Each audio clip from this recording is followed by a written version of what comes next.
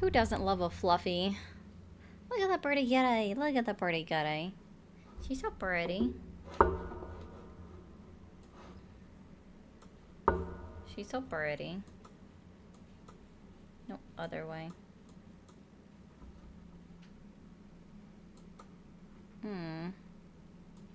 Hey, Chris. I hope you're feeling better from this morning. Hi, John. No name. BCMO. CK and Harry. Yes, I know you guys couldn't hear me because I start muted and all that good jazz. Activate. Why is that not working? Activate. I guess it helps if I actually hit the correct buttons, you know? Yes, we have the cat behind me. She's so fluffy. She's so cute. You guys have no idea how much I love my cat. She's adorable, okay? Kitty. Oh, sorry, we shouldn't be looking at that part. Hey, Heath.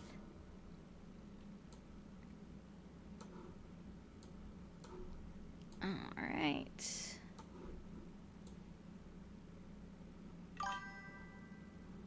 It's a tunic, technically, CK. It is a tunic. G'day. Yeah, so Court, normally this will say, like, for the love of my cat, right? Like, but with her name.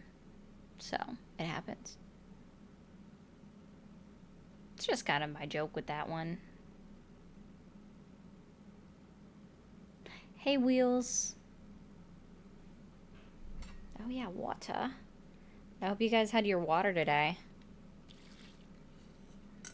It's absolutely important to drink water. So don't forget to do that. Swarovski, congrats on the level up. Thanks, Hannah. I appreciate that. No, Harry, I'm not talking to anyone out of the country today. That can maybe be there for tomorrow. Yep. Exactly. CK got it before I did. Today is not the day. Yeah. Hey, Moose. I'm good. I hope you are. Yeah, so we have, Safari is the oldest. Sorry, this stuff is not mirrored. Safari is the oldest.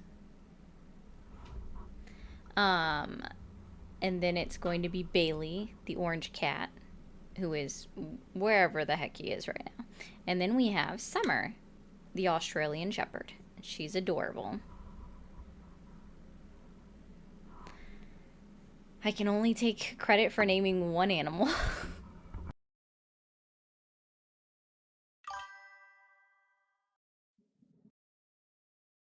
And the only animal I can take credit for is naming is Bailey. Safari was already named because I adopted her. And then, of course, Summer was named by Polly. So there's that.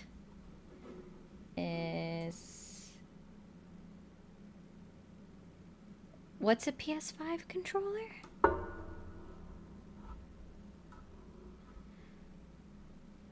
I don't. I have a PS4. I didn't have the chance to upgrade to a PS5.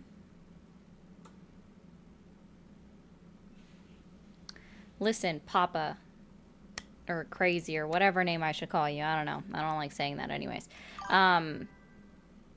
If Donald Trump ends daylight savings time, I will give him, like, all the credit in the world.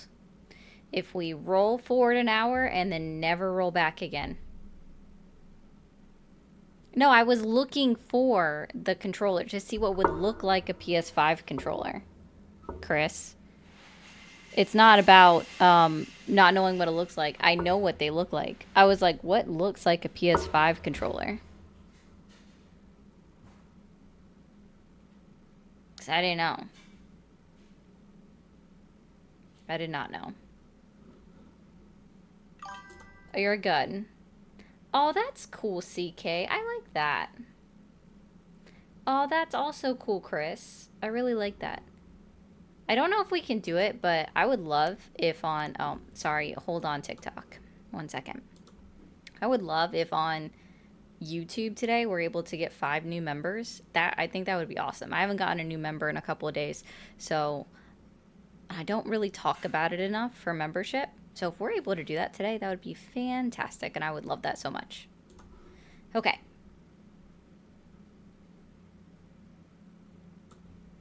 Sorry, guys. I always have to mute TikTok because TikTok is a sensitive application. I'll worry about it more when I think the AI can read my lips. I might have to start doing that, actually. Just go, meh, you can't see me.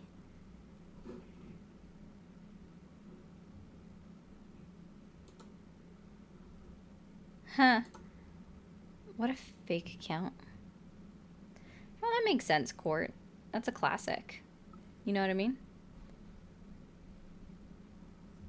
Alright. Don't know. Oh, someone is already trying to call me today. My bad.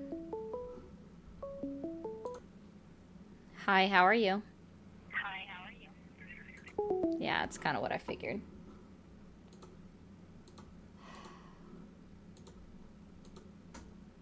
You guys don't even troll well. Like, ever. Oh, I gotta check my... well, actually, yesterday it wasn't, but in the defense of that, it was because it started on TikTok. Nope.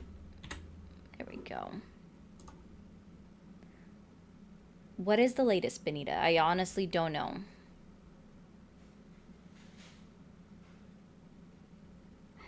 Oh, I'm sorry to hear that, BMC. So, like, I have PS2, PS3, PS4. I used to have a 360, and I used to have a Wii. We have a Wii now, and of course I have a Switch. Oh, thanks, someone. I appreciate that. And thank you, Chris.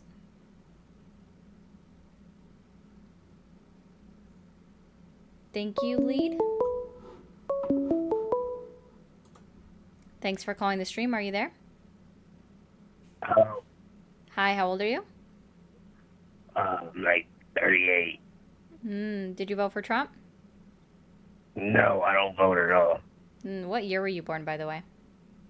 I was born in 89. Good try. Wrong answer.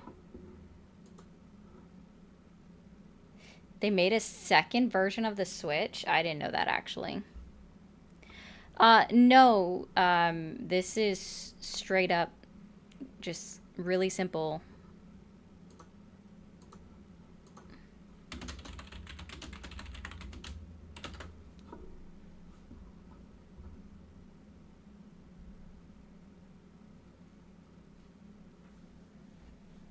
That's good, music gal.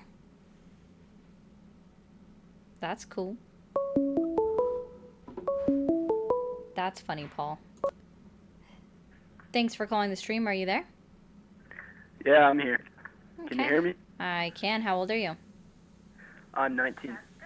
Did you vote for Trump? Yes, I do. What year were you born? I was born in 2006. Okay.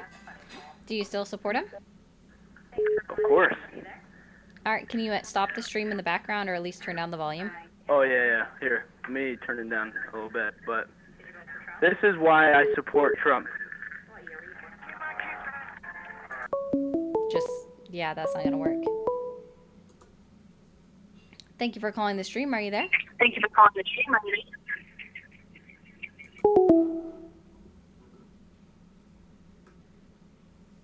I read the wrong comment, if I'm being honest, Paul. Like, I didn't read yours. I read Corey's comment. Hey, Corey. Hey, Parkers.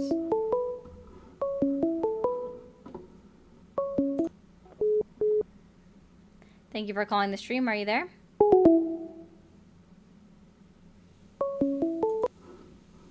Thank you for calling the stream. Are you there? Nigger. Get a life.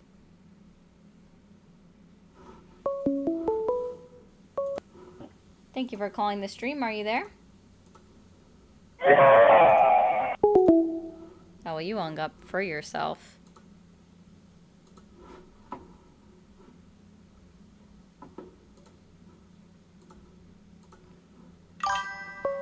Benita, did I miss what you said? I didn't see.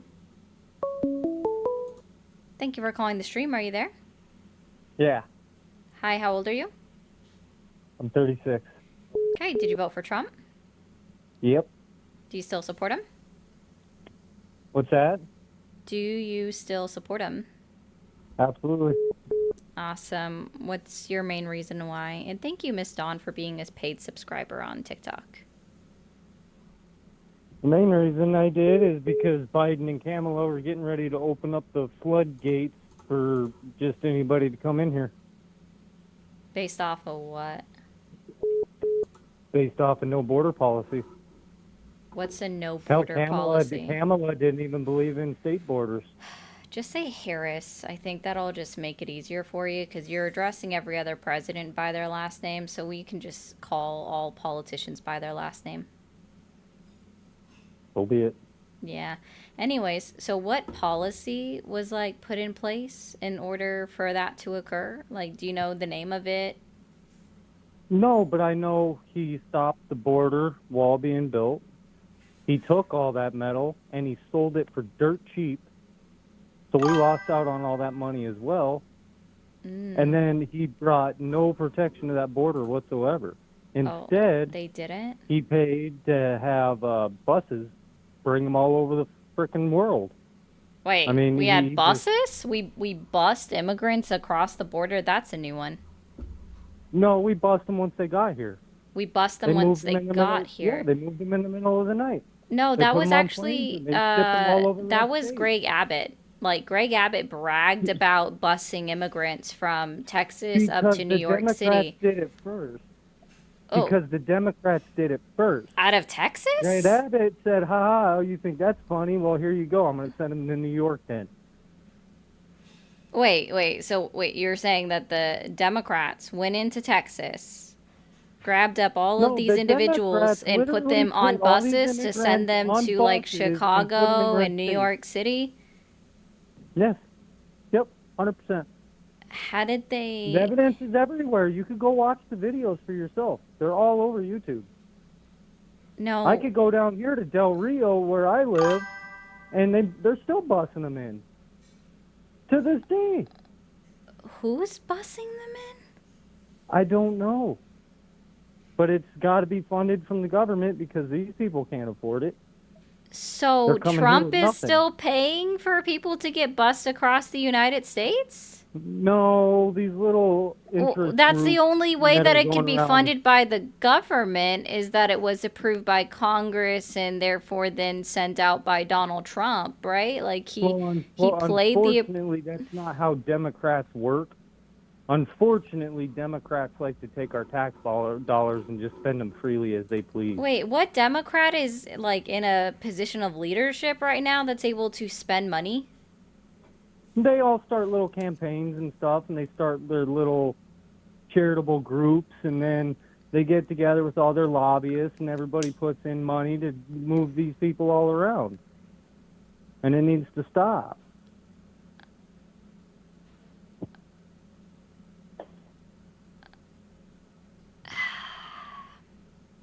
So all of the immigrants that were like sent to New York City, were they legal or illegal immigrants?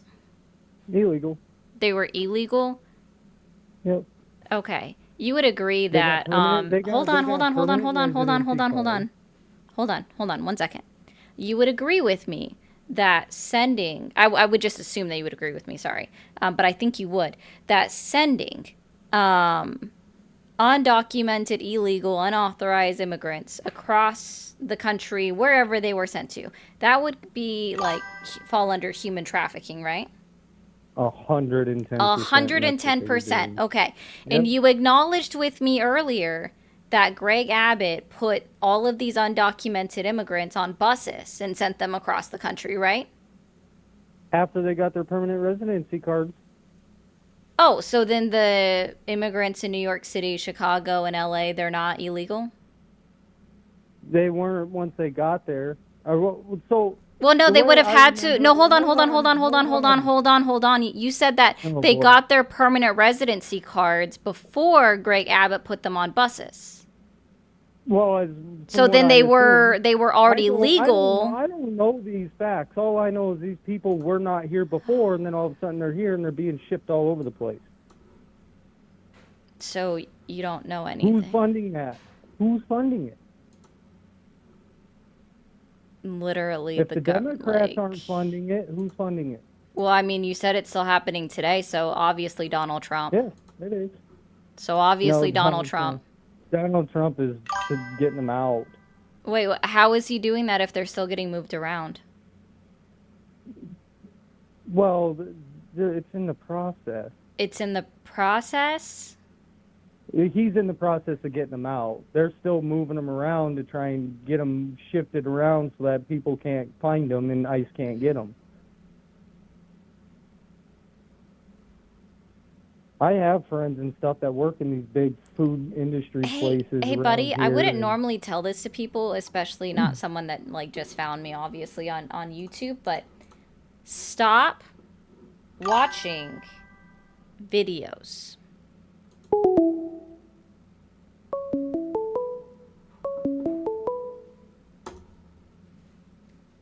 Thank you for calling the stream. Are you there? Hello, can you hear me pretty clearly? Yeah. Did you vote for Trump? Yes, ma'am. How old are you? I'm 34 today. Happy birthday. Do you still support Thank Trump? you. Yes, ma'am. Okay. What is your main reason why? I believe that, to summarize it pretty clearly, And thank you, Trump Debbie and seems to Navdeep. care. What was that? Oh, sorry, I forgot to thank them before I answered your call. So I was just thanking Debbie for the 10 and Navdeep for the Australian 2.99. Not bad. Go ahead. Yeah, generally speaking, I believe that Trump truly cares about America more than any other politician. And I'm just saying that on the surface. He speaks it. Okay. And the other politicians, even some Republicans, obviously, just so fake, polished. They watch every step, watch every word. When Trump is more blunt.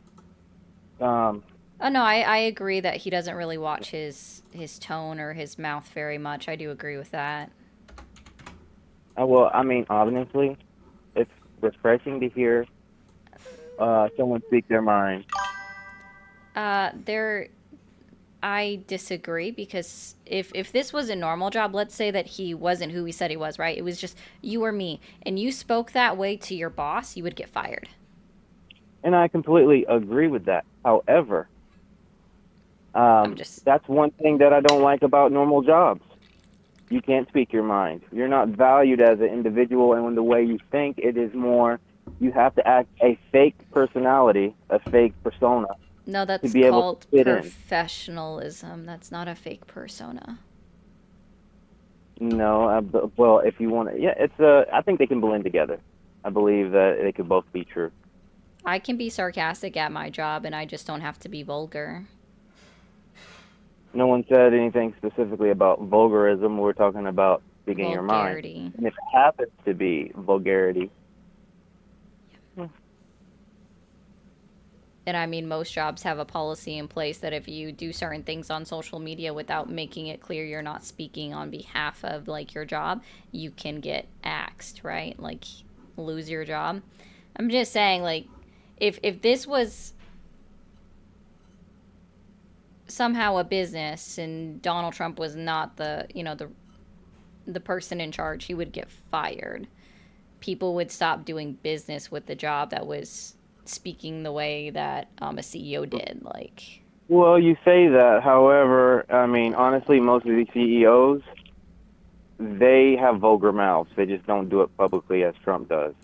I mean, he right, talks to his because boss, public which is opinion matters. He is actually talking to his boss, and I mean, if you want to call the collective, the boss of the president. Is I mean, the people. What was that? It would be the people. He answers to the people.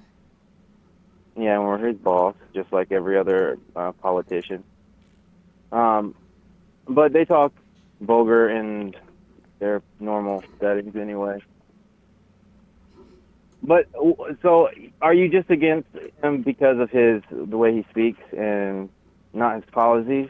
No, I have my own reasons, but I still haven't. So basically, what I'm hearing for you, though, is that you basically just still support Trump on thoughts and vibes and feelings, just because No, you like the way he speaks and the way that no, he kind of spoke to something inside you, right? no. This is actually just a summary, like I said from the beginning. It's too hard to go into specific details unless you want to dive into a specific subject, because there are many things that I like Trump that does, that he does. So, Like, name one thing, and then let's dive into that. mhm. All right. Let's just go into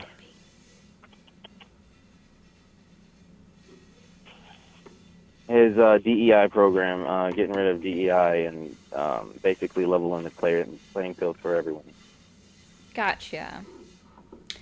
So what is it? So he signed an executive order for that, right? Yes, but I don't know. I'm not sure actually. Okay. Well, in this case, I'm telling you then. He signed an executive order in order to end DEI, right? At that level. And also, thank you, Debbie, for the 10. So what does an executive order do? And it's a top-down approach that is limited by certain implications that laws be immediately changed. No. So, Okay, so sorry. why are you asking me what an executive order is, if just to see if I knew or not? Because I need I mean, I get to. the gist of it. You sign an executive order, and something gets implemented. Regardless if it's a law that's passed, obviously executive orders are limited to a certain thing that he's capable of doing. Okay. So the reason why I ask is because this is how I gauge how to approach the conversation and like how I phrase it and at what level I take it to. Okay. And yeah, guys on TikTok, don't forget to hit that red follow button up at the top. Um, all right. So an executive order can only manage the executive branch or the federal government. It can't do anything about private entities. It can't even do anything about state or local governments. It can only effectuate at the federal level, right? Because it's Okay. not law. Good. It's basically just a policy or an idea. Mm-hmm. All right. Okay. So by him signing an executive order that doesn't affect us, because are you a civilian? Yes. And I assume you don't work for a government contractor? We assume correctly. Okay. So it doesn't affect you at the local level. Because your job might already not participate in any kind of DEIA programming at all. Can you maybe tell me what you understand what DEIA is? Well, to get back to your point, even though it doesn't affect me directly, I like the fact that to the maximum ability of his current power, he can implement what he can. Mm-hmm.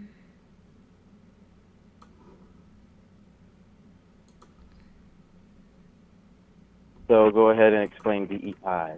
DEIA. Oh, DEI. No, Yes. I don't know. Yeah. So it's diversity, equity, inclusion, and accessibility. Mm. Right? So, and what it is, it's actually just a human resource training program that, again, companies can choose or choose not to implement at their program, like at their job. And it basically just is, it does two things. It encourages employers to post their, I didn't mean to do that, to post their job listings in places where they normally wouldn't. And also encourages them after after somebody is already hired to take into everybody's like what they got going on, who they are, background, everything like that. Once they're already hired, and basically bring them into the fold, bring them into the circle, right? Yeah. That's why I was trying to ask you what you thought DEIA was. Thank you. Okay. You have anything else to add to that, or? No, I assume that you think it's something like affirmative action. Oh no, and I mean that's also a big deal, but no, I understand. Affirmative The action reason isn't in why, existence anymore. It was yes, already I know, ended by the Supreme Court. and I believe that wherever the government follows, typically businesses follow as well. So whenever the government was outlawing marijuana or any of these things, So don't or say having a substances certain names. guideline, the businesses seem to follow. That's why most businesses drug test besides insurance companies. Huh?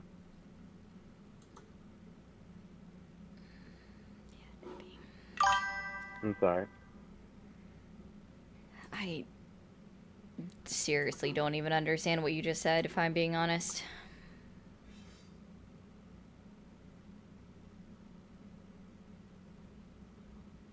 Anyways. All right, man. Well, What I'm saying is, whenever the federal government implements laws or rules that government employees follow, private businesses seem to follow up on that and implement the same policies in their businesses. And as of right now, they do that's have not true. DEI sorted, like not DEI, DEI similar. Oh, you hung up on your own. I'm over here messing with this thing. All right, I guess let me open back up these phone lines. I'm over here just trying to change where this comes up. Thank you, Debbie, again for the 20. And yes, this is part of the reason why. Thank you, Moose. I love Leon the Kin. It's such a cute gift, guys. You don't understand. It's so cute. Thank you, Tara, or Tammy, for the 10. Oh, gosh. Thank you for calling the stream. Are you there? Yes, How old are you? 26. Okay, did you vote for Trump? Yes, I did twice. All right, do you still support him?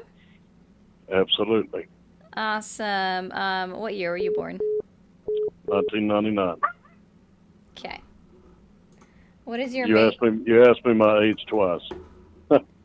Well, so I ask it out of order because I have a lot of kids that call in that are just, oh, and Bill, thank you for the giraffe, that are just not prepared for being asked out of order. So I understand. yeah, there's a lot of Okay. kids that call in because their parents haven't showed them how to play games or go outside and play or guess or something.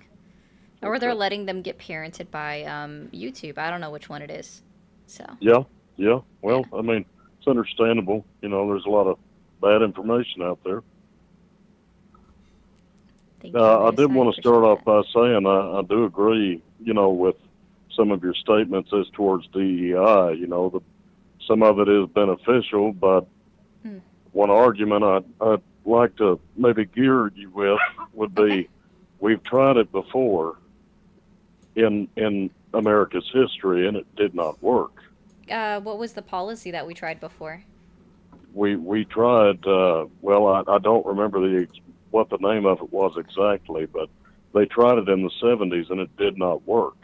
It had something to do with unions, and they did try to divide it up, you know, segregate it, and it just wasn't working. They were putting people that were highly incapable of doing a job in a position, and companies were going bankrupt. Not that they hadn't already been, but it was becoming more commonplace. Oh, okay. So Okay. sorry. DEIA is not a hiring program. Current DEI, I understand what it is. I worked for a company. You know the company Dutch Post. Nope. But that's Okay, okay. You don't have to go into it. It's fine. DHL. Okay. Oh, okay. Right. Okay, Dutch Post. They used that program, and they had no problem admitting that. I mean, it was all over their billboards. It was all over their website. It was in their warehouses. I know I worked for them, and they were putting people in with, I mean, just bad criminal records. And I've worked at companies that had it and did not have it, and I've seen a difference. And I know you're going to ask this question, so I'm just going to answer it right off the bat. Um, the main reason I voted for Trump and the main reason I still support him is because I live in a border state. I'm from the state of Texas. I appreciate my safety and the safety of my family. And where I live, we have a huge problem with cartels. Okay. Okay. So I'm more concerned for the safety of people in general, no matter, I don't care what their color is. I don't care if they're queer. I don't care if they're straight. It doesn't matter. We have to look after what's beneficial for the whole of people everywhere in this country that were born here or that came here legally. We have to worry about their safety. Now, there's criminals within, too, but we don't need any more than we already have. And you will get 9 times out of 10, for every 5 people that crosses the border, 2 of them have a criminal background. That's a statistical fact. From where? Do some research. I mean, you could look at Reuters. Reuters has got it. NPR has got it. Okay, so And if these I are do and Reuters, and 2 NPR. out of I never every liked 9 NPR because I thought they were super left biased. criminal record. But Interesting. Can't find anything that 2 out of 9 immigrants have a criminal record. well, you probably can't right now. And I didn't say 2 out of 9. I said 2 out of 5. 2 out of 5. Okay, we'll Right. update that and let's see. National Bureau of Economic Research reported that immigrants were 60% less likely to be incarcerated than native-born citizens. The specific claim, 2 out of every 5, unsubstantiated. I'm gonna call BS on that right away, only because I know for a fact that when people come from other countries, and I've seen this my whole life, when they come from other countries, they're not put in good neighborhoods. They're not, they don't come here with silver spoons in their mouths. They've got to go and work 9-to-5 jobs like the rest of us. And usually they get stuck in neighborhoods with their own kind. And poverty breeds crime. It always has. So, I mean, call it prejudice, call it whatever you want. It's a fact. Yeah, I'm still waiting to find this because there's literally nothing that I can find that says that 2 out of every 5 immigrants have a criminal record, when what we actually know is that the majority of individuals that have been detained by ICE or DHS, CBP have no criminal records. Even if you look They have at a criminal record because they crossed the border without proper documentation. That should be enough. Not according to Arizona v. United States 2012. Well, Yes, according to the United States Supreme Court, Arizona v. United States in 2012, that just because you cross through a non-port of entry and just because you're considered a removable immigrant or a removable non-citizen does not make you a criminal.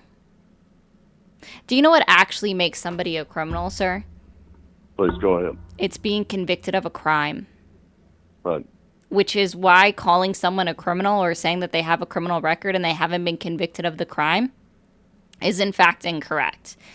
Can you understand that? Yeah, absolutely. But I also understand that when someone puts a wall up or a border or a fence or anything of any kind like that, they're saying stay out. It's a trespass. and still doesn't make them have a criminal record. Because what we found out of the 270 individuals that were sent to El Salvador CCOT prison, that, guess what? 238 of them had no criminal record in any country whatsoever, right? So the vast majority of them had no criminal record and were subjected to torture at CCOT. Because of the United States, right? Because really what happened is after finally Abrego Garcia was sent back to the United States to face court for the accusations against him. It was then when Bukele came out and said that everybody in CCOT was actually under the control or under the jurisdiction of the United States government, which means that we're directly responsible for every bit of torture or anything that they underwent in CCOT, which is why a lot of them are suing the United States government right now. And it's also a violation of the 8th Amendment of the United States Constitution. But somebody wants to ask you... If their own country was so good, they wouldn't have to come here. Sure. Somebody wants to ask you if you sell propane and propane accessories. You're being funny. No, it's actually on the screen. Somebody wants to ask you that. You're being funny. It's somebody wanted to ask that question. So it's on the screen. You're not being funny. They're being funny. Right. Yeah. So they are asking the question.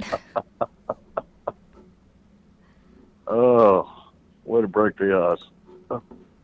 Is it an icebreaker? Well, it takes some of the tension off, but... I still haven't been able to find anything to substantiate your claim. At this point, I would guess you don't sell propane or propane accessories. So that's cool. We at least got that out of the way. No, I don't. All right. Do you mind if I just do a quick PSA? Sure. Awesome sauce. All right, guys, over on TikTok, we didn't get up to 50,000 likes in the time that I put in the chat. So I am going to turn it on to sub only until we get to 75,000 likes. And don't forget to hit the follow button, and everywhere else, do the same thing. Okay. Just a reminder, over on YouTube or Twitch, specifically YouTube, if you send a super chat, it does go up on the screen, or if you become a member, we do have memberships available. My idea today is to get 5 new members. Very small ask. Okay, so what else, sir? Well, no, I mean, just overall in general, safety has always been my biggest concern. I'm sure you probably assumed or figured this out by now. Me and Trump see things quite a bit alike. That's odd. I guess, but it just. It is. I've always appreciated, him taking a hard stand on things. Presidents in the past that I can remember in my lifetime, even Bush, they weren't willing to take a hard stand, and they weren't willing to fight for it. And so, the last guy. Now, had there been a Democrat that was like him, I probably would have even voted Democrat. So it's not a party issue with me. It's the person. It's the person. Right. It's the person. I now don't get me wrong. I don't like everything he does. I mean, I personally don't like the person that represents or that Donald Trump represents. Okay, and that's fine. Yeah. Hey, would you like me to explain? I typically don't like to go down this road, but when we're talking about the person, it would be fine if you had said something else instead of person, saying that you like the person. I don't like anybody that has been convicted of falsifying business records. He wasn't convicted.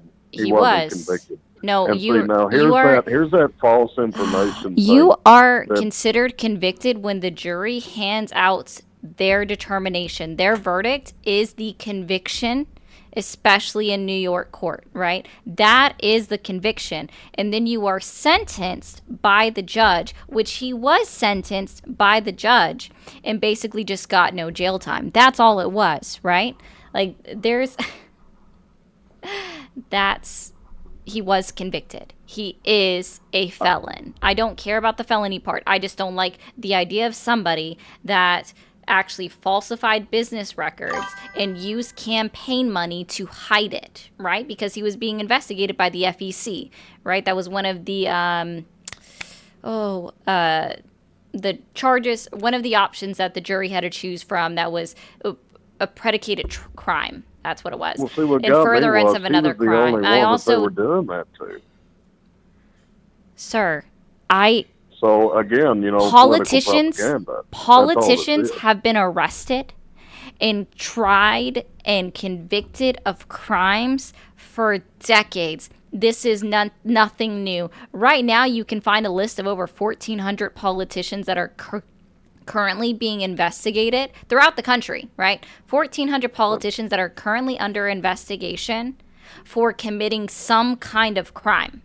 1,400 across the country. This is nothing new. This is not some kind of witch hunt against Donald Trump specifically, though, again, if you just don't do anything criminal, you won't get arrested or even accused of a crime constantly over and over again. This kind of stuff, though. In the news, because it's not Donald Trump. That's the problem. No, because they're not running for president. Right, exactly. So you're admitting to me.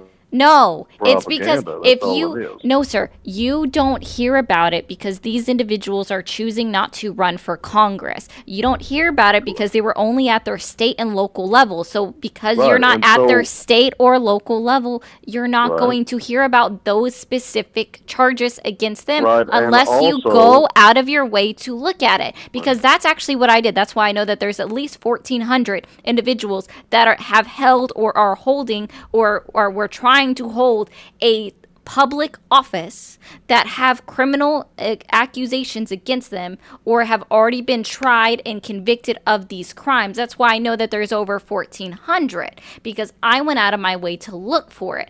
But because you didn't go out of your way to look for it, you believe that it's some kind of witch hunt against Donald Trump. I'm not disagreeing with you. But I also can't agree with somebody that has been civilly adjudicated of sexual assault. Oh, yeah, bullshit. Ugh. He also was accused by 27 other women. And I also choose to believe women, which is why when you have 27, you can say that maybe at least one of the stories out of the 27 has to be true.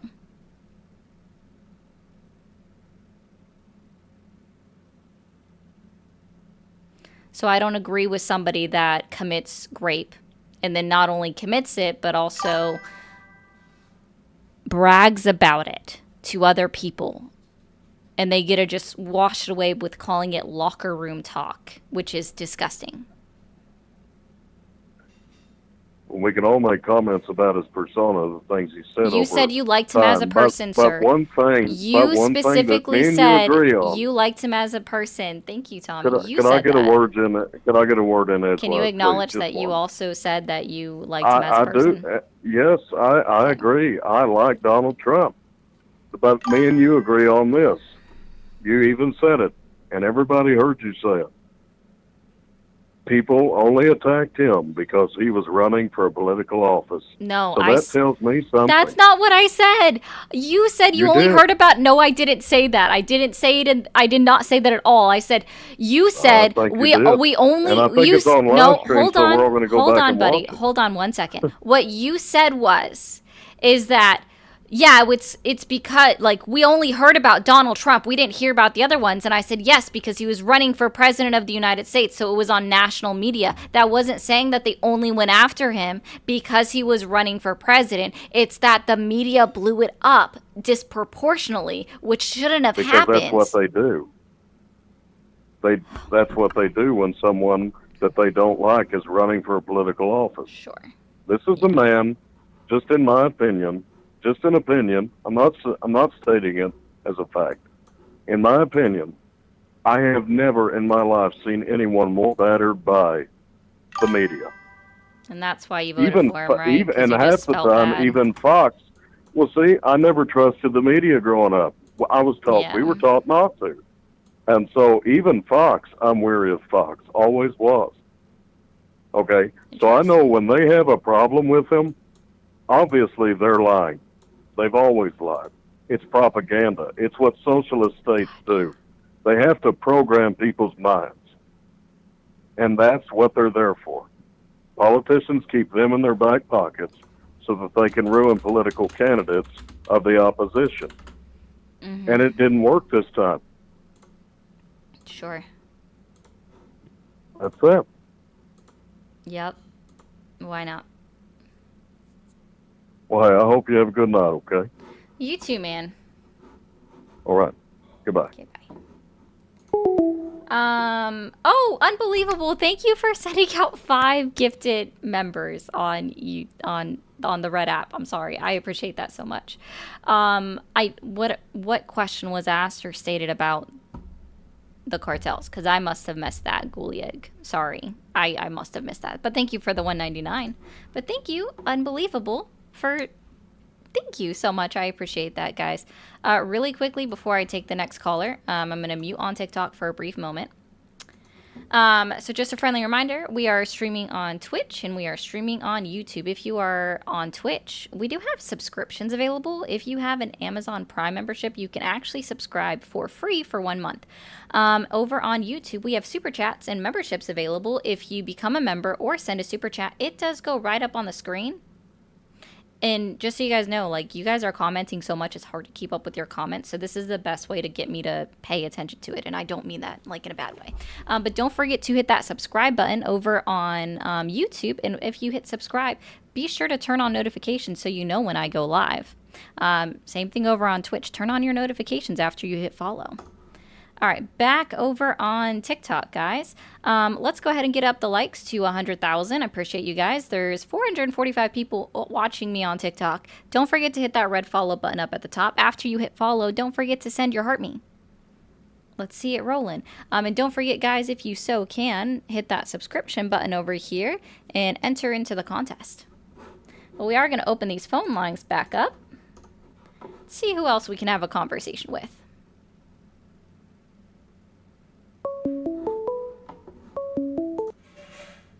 Thank you, Hannah, for the flower. Thank you for calling the stream. Are you there? Absolutely. Awesome. How old are you? 41. Did you vote for Trump? Absolutely. Twice. 3 times. Okay. And you still support him? Heck yeah. What's your main reason that you still support Trump? Oh, let's see. A stronger military. Recruitment numbers are through the roof. Normalcy. Let's see, the border. I mean, I can go on. And plus, when we are given Kamala or Trump, Just say Harris. Let's just make it a standard to address politicians with their last name, because that's always been the case. Oh, what a waste of time. You knew who I was referring to. No, it's just a statement. You deflect everything, and you're very combative to all of your callers, and you're just you have a really nasty demeanor. Then I'm surprised you're getting this much attention. And I really wish you could find happiness, because you come across as being just miserable day in and day out, and you use your YouTube channel to vent your everlasting frustrations. It's really sad, and it's going to be a long 4 years, and it's people like you that is making the left implode on itself. Okay. Thank you, Greg, for the fruit, friends. That's cute. I like that little gift. So how long have you been watching my channel? I ran across you the other night, and I couldn't. It was nauseating. And I really think that you started this stream so you're subconsciously wanting to hear our side of the story, because you might be on the fence about it yourself.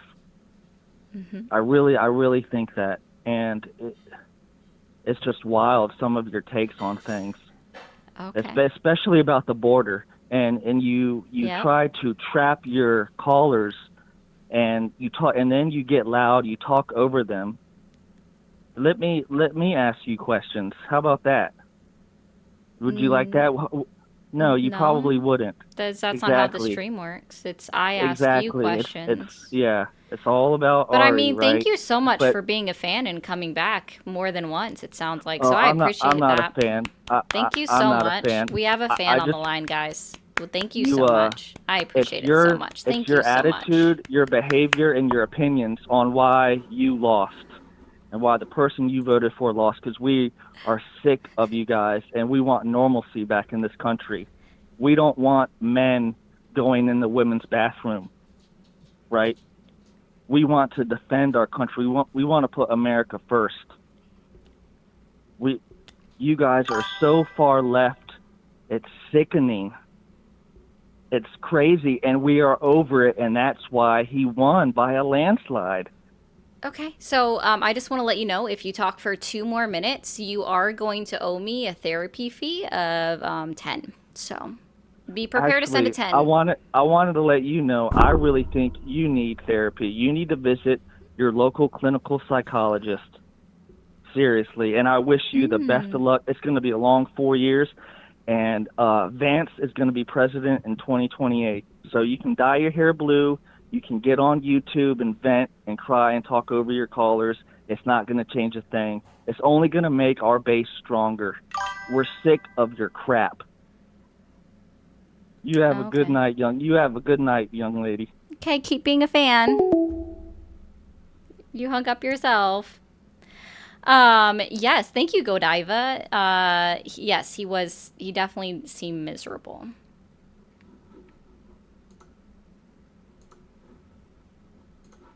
I was literally like going like, "You're awesome. Try to catch me riding dirty." I was like, yes, he did. He did, Godiva. He needed his psych meds. And thank you for the 2 jewels, Snide.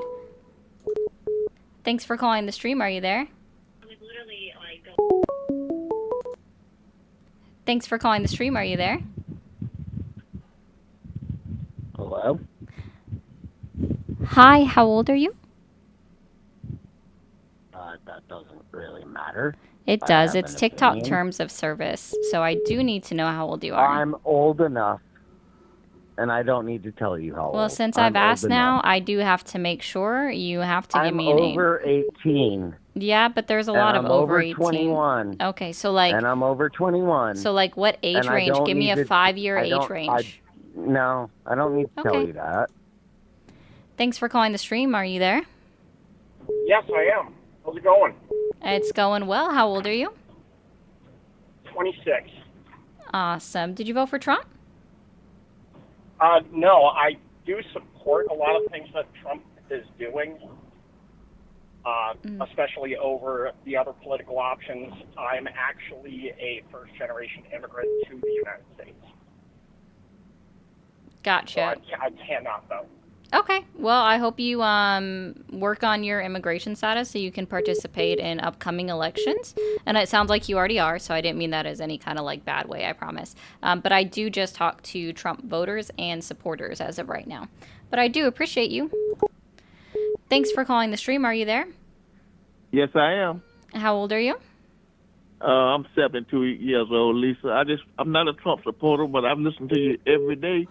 And I just want to say God bless you for what you're doing. Those last 2 callers, they got Trump syndrome in the brain, so you're wasting your time trying to tell them anything. Yeah, But, they were pretty bad. They're really bad. I mean, they just all the Trump supporters want to be argumentative. They don't want to listen to facts, and they just want to just lick Trump's butt. So just keep on doing what you're doing. I appreciate it. Thank you, sir. You have a good night. Thank you for calling the stream. Are you there? Yes. Oh, I didn't. Thank you for calling the stream. Are you there? Yep. How old are you? 25. Did you vote for Trump? Yes, ma'am. Do you still support him? Yes, ma'am. Awesome. What's your main reason that you still support Trump? I really like what he's doing overseas. In terms of the economy with China, there's been a lot of unfair trade practices that have been going on, and I think that he's, with the tariffs and whatnot, or I guess rather threats of tariffs, doing a really good job over there.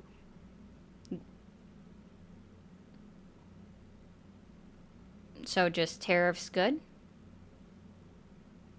No, I would say just leveling the playing field for manufacturing in America with foreign.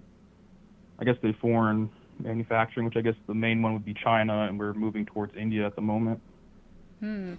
I would personally say that the best way to encourage manufacturing in America is to subsidize or give more incentives to companies to open up new manufacturing, as opposed to starting on tariffs, which, do you happen to know who pays for the tariffs? Well, I Who believe pays the that upfront the cost of country, it? Sorry. the upfront would be, I mean, I guess that'd be us because they'd have to increase the price of it when they come to send it over. Okay. Were you going to say it's the... Who were you going to say paid it before I said that? I was going to go with the supplier because, I mean, they have the import tariffs, they have to pay that, but I mean, that would just increase the price of the product overall, which would just come back to the buyer. Oh, actually, it's the importing company that pays for the tariffs. So, for example, Okay. I'm not going to be correct on the exact percentage, but let's say it's a 35% tariff on China. And Yep. let's say John Deere imports a piece of steel from them. I'm just going to use something random, okay? Yep. It's John Deere in this scenario that is paying that 35% tariff on the import. It's not the country, it's not the supplier, the person selling it to John Deere. It is John Deere pays the United States a 35% tariff on the incoming good. So the reason why, no, this is just, I'm sorry, this was just to continue my point, right? The reason why I say that the better way to encourage manufacturing is to either offer incentives or offer subsidies to companies in order to have their manufacturing in the United States would be to do it that way as opposed to tariffs, because now these companies are having to pay more money on products that they aren't making in the United States currently. Obviously, John Deere was not like the best example for this one. It was just an example to give. Yeah. So when they're paying more money already out of pocket up front just to import something, well, that's less money that they can put into starting up or buying a warehouse within the United States, and it's going to set them behind. So that's why I say that it would have been better to invest into the market or the manufacturing itself, whether it's offering them incentives for opening up a new plant, tax deduction, whatever, instead of doing tariffs first, because it's going to set them behind on manufacturing. Yeah, I can definitely see that. I guess my thing is, so you offer the governments to offer these incentives to, build these plants and whatnot.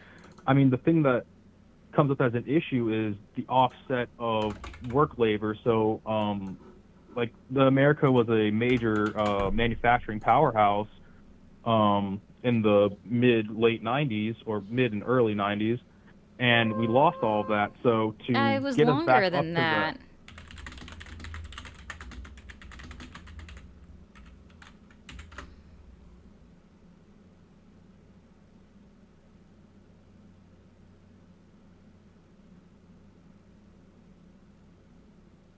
Yeah. We really haven't been like a manufacturing superhouse since about the 50s and 60s. Yeah, so the 1950s, 1960s, so mid to early, yeah. So okay, but so yeah, we haven't been a manufacturing powerhouse since then, right? So the amount of money we would have to invest would be greater than these countries that already have the infrastructure set up. So if we were to try to offset that with incentives, I mean, that's great and all, but then you get down to the labor cost because, like, paying Americans, a living wage to manufacture items at that same price that they can be manufactured overseas it's just not even like possible. Like, it's people overseas aren't being paid. I mean, some people probably want like John Deere tractors, right? Somebody would probably want to make like $15 to $20 an hour. They're not making that overseas. Correct, and because they they already have a the different cost manufacturing of equipment. living. Yeah, they do. But Yeah. even still, the offset, like, you can't offset that price even in the long run, because I mean the only thing that would be there to offset would be the tariffs, because it's more expensive to for you, like you said, the person receiving the goods, they have to pay The the tariffs importer. on it. So the importer.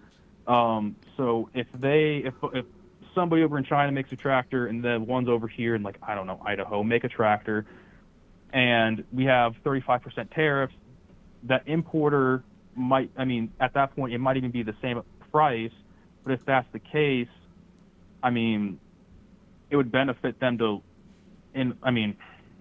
yeah, I know, I kind of lost it. I mean, Okay.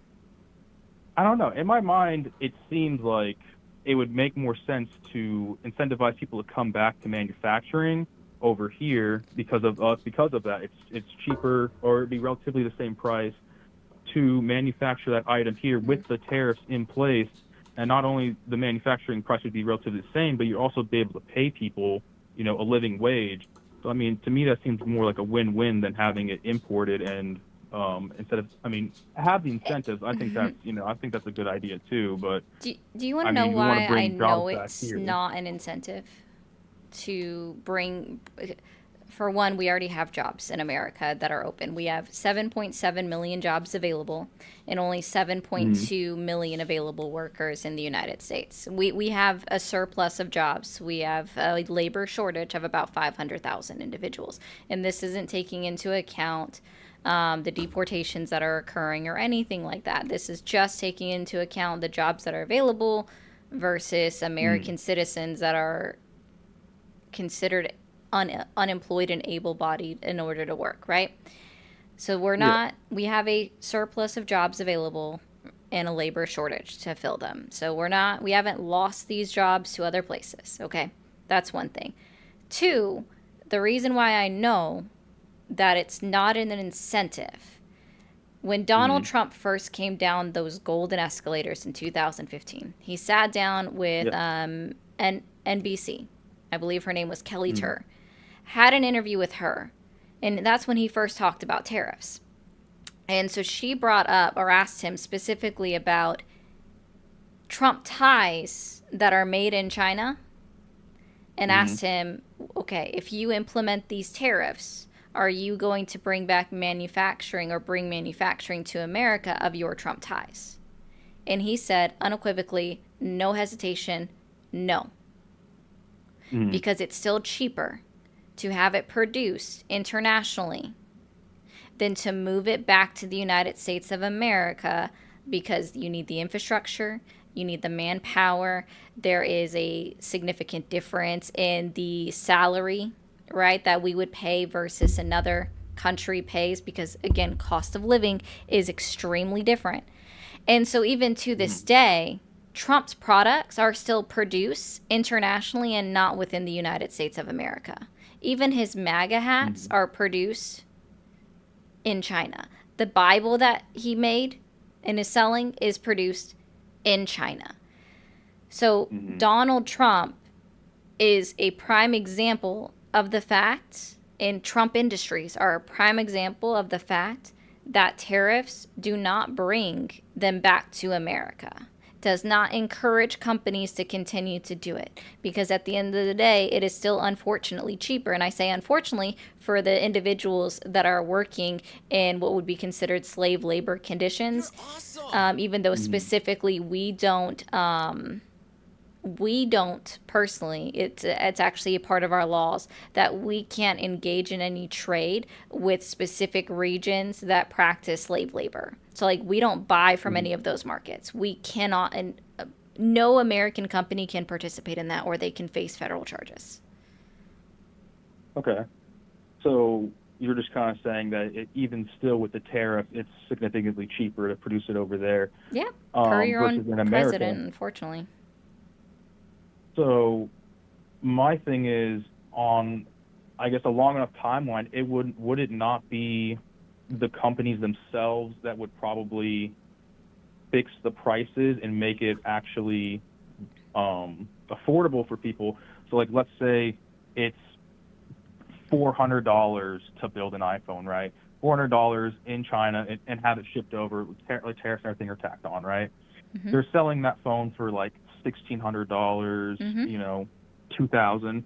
So if they had it built here, let's say it costs $800, but instead of having that $1,600, $2,000 price tag, for them, again, for the tariffs to match the, not the tariffs, but for the incentive to match also the tariffs, they would have to somehow fix the price, because, or not fix the price somehow, but just fix the price, because obviously the goal of a company is to make profit, but also a company's goal is to cut costs, while staying in standards and everything, but still get the highest profit they can. I mean, to me, that would seem like something a company would want to maybe lower their profit margin, but still be able to bring jobs here just for, still even being able to participate in the market. Because if you have those tariffs that are high enough, I mean, that's going to incentivize them to come back over, probably drop the price of the goods, and still be able to pay people here for manufacturing. I mean, at least that's how I would think about it.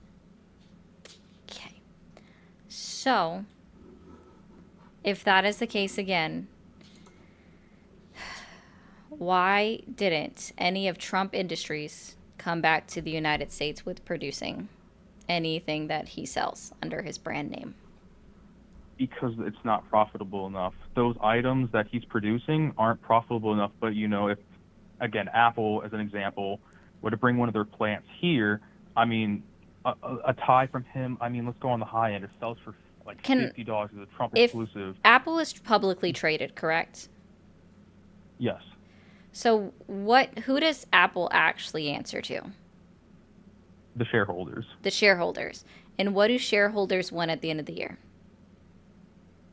They want to see growth. They want their equity. They want their profit, right? Mm-hmm. And specifically when you bring up Apple, it's kind of a bad example.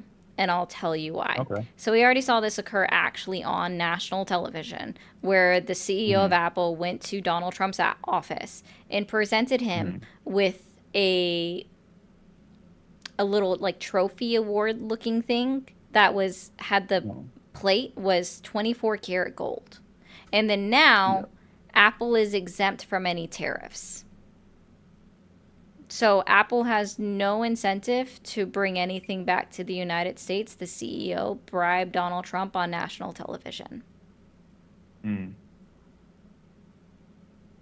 mean, again, I was just using Apple as an example. I mean, if you want to use the John Deere tractors as well, I mean, to me, eventually the tariffs, I mean, which would catch up and close the profit margin, and I mean, and if you also throw out those incentives like you were talking about before, that would bring back manufacturing jobs here. Do you want to know? I know you're saying there's a labor shortage and whatnot, but I mean, there's a difference between a job and a job that you can actually that's worth working, and not saying that every job isn't worth working, but if you have a 35-year-old who needs to make a living, working for $10, $15, $10, $12 an hour at a gas station or fast food, although it might get them by, they can't really hope to do anything more with their salary.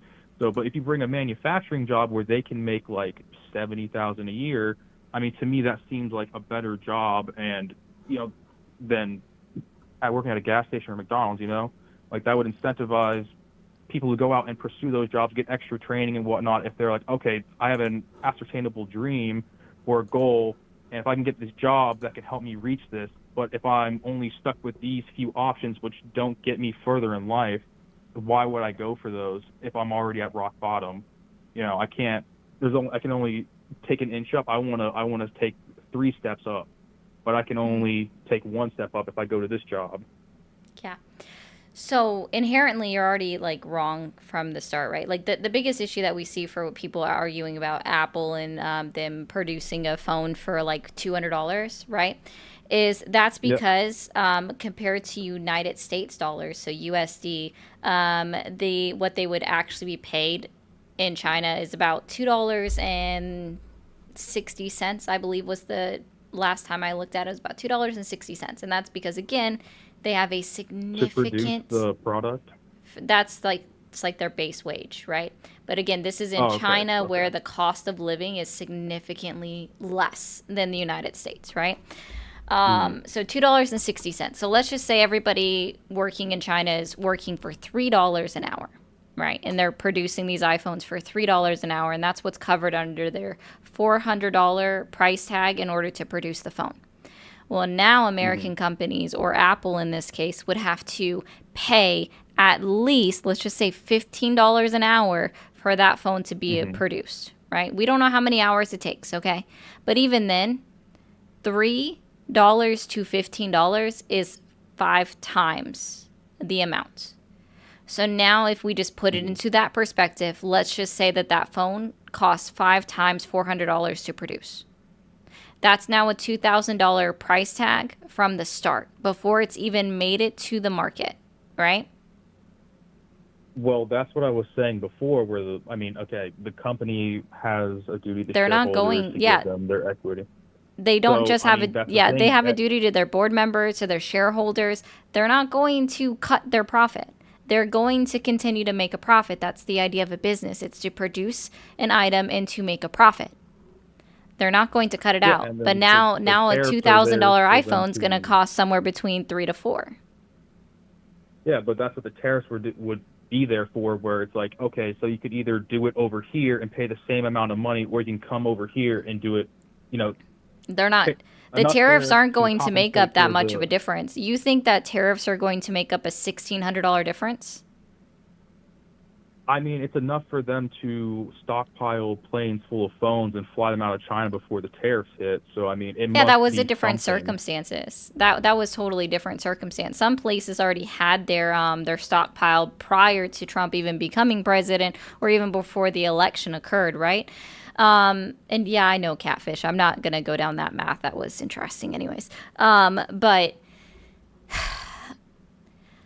tariffs are not going to now make a $400 phone being produced cost $1,600.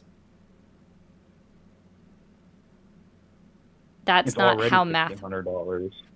No, I mean, it would. you're saying it's not how math. That would have I to be mean- the difference between the scenario that I just gave you, between a $400 phone, like right now produced cost, to $2,000, which would be the estimated cost to be produced in the United States at a $15 an hour wage, estimated wage, right? Mm-hmm. The tariffs won't make up that $1,600 difference, where you're saying that the tariffs are going to catch up with the price anyway, so they might as well bring manufacturing back now. They won't, because what all they're going to do is pass that 35% onto the American consumer. They might not do the full 35, they might only do 30%, but that's still a 30% increase on the American pocket. So at the end of the and then when day, people stop buying it and they realize that people don't want to pay for this, and they realize that it's the same price or cheaper to manufacture here, if they have incentives in place, then they would move here, and the price would. There be are the, no the phone would be the incentives. price of that.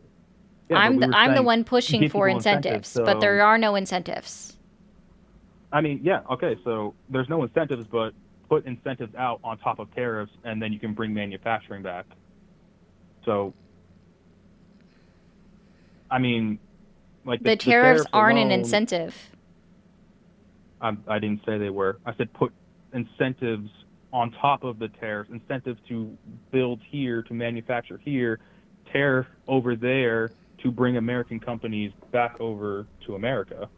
And then everything no one's doing will that. level out.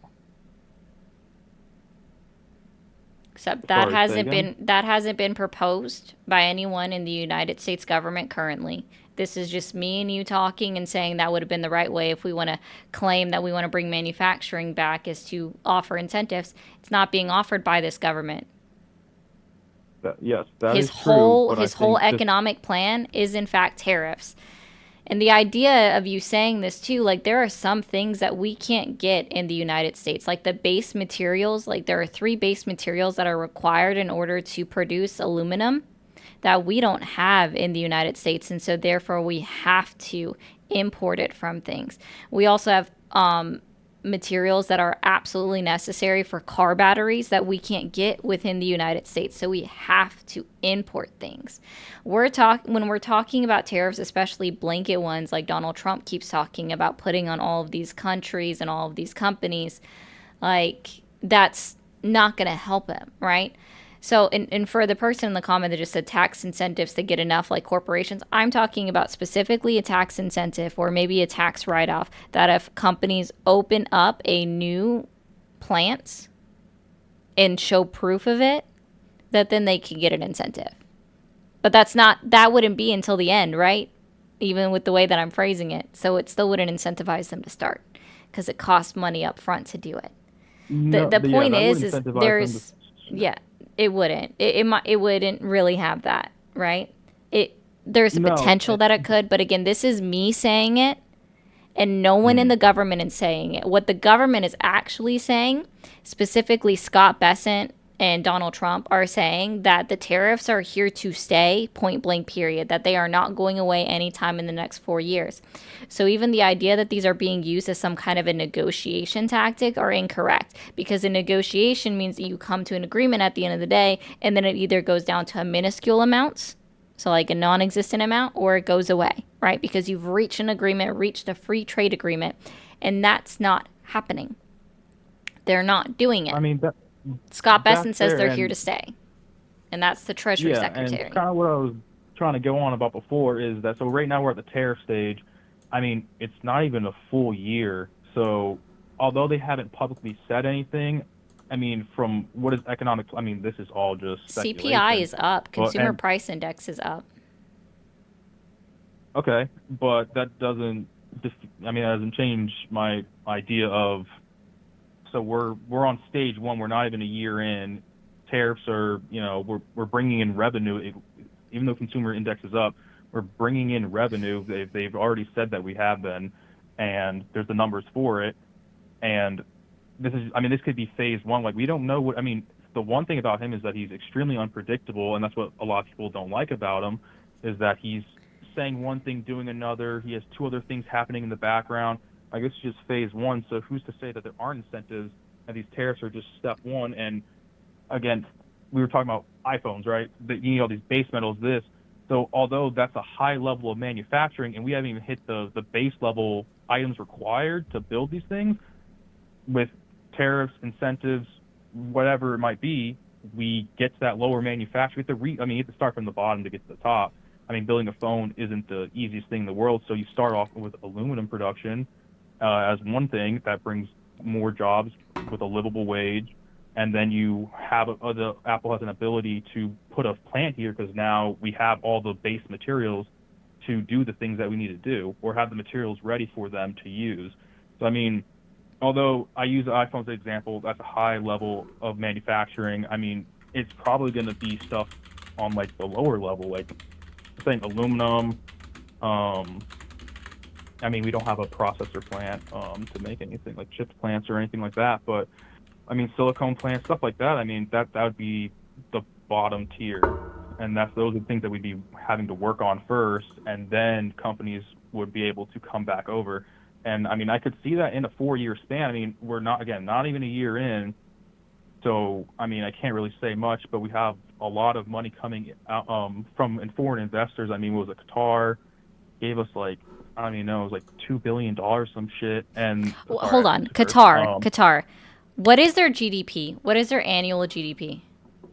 Absolutely no idea. Yeah, it's less than $500 billion, less than $500 million. So how on earth is Qatar investing $2 billion into the United States, which is 4 times, like 4.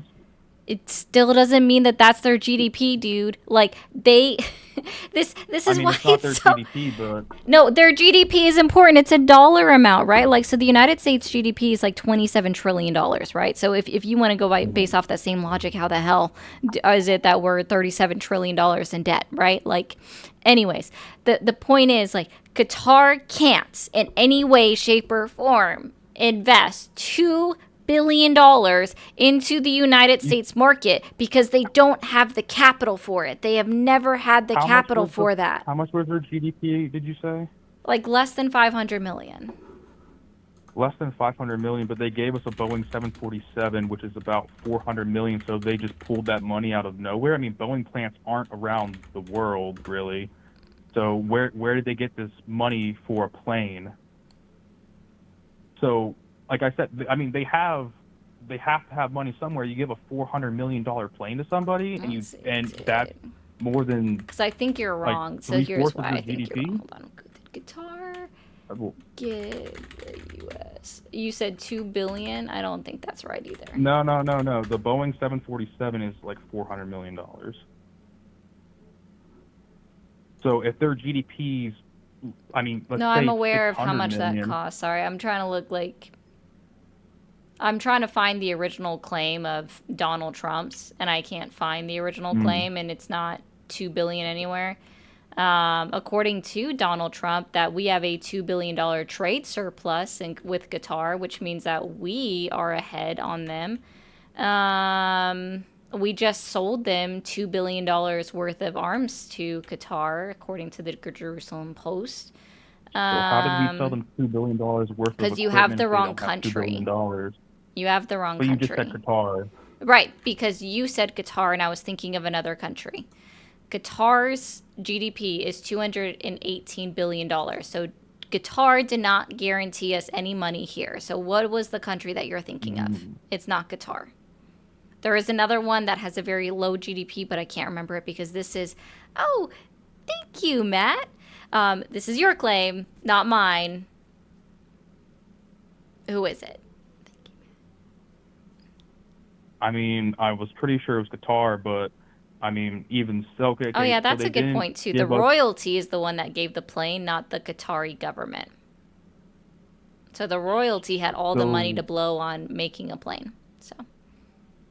So even still, whether they, like, you know, gave us, they bought $2 billion worth of stuff. I mean, we got $2 billion from them.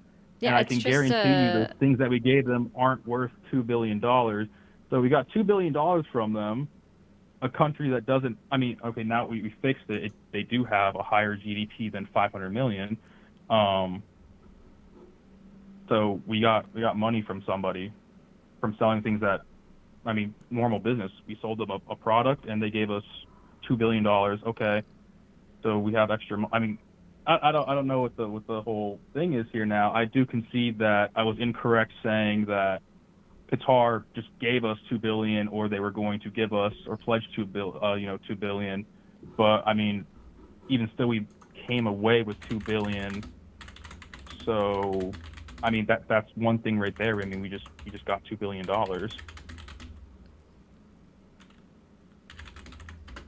Yes, that goes back to the DoD budget.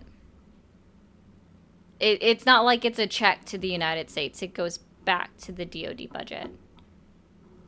Okay, for the protection of the people. That's what it is. Great, triple defense budget. Yeah, our defense budget is already huge. They don't really need more. Like, we spend too much on it, if I'm being honest, in my opinion. For sure. I mean, I was, I help with things in that, and that's, I've seen the overspending. But yeah, no, we spend a lot on defense, but seems to be worth it. That's what it is. So it was the UAE, the United Arab Emirates, that supposedly offered the United States $2 trillion. That's what it was. And their GDP is $537 billion. That was the one.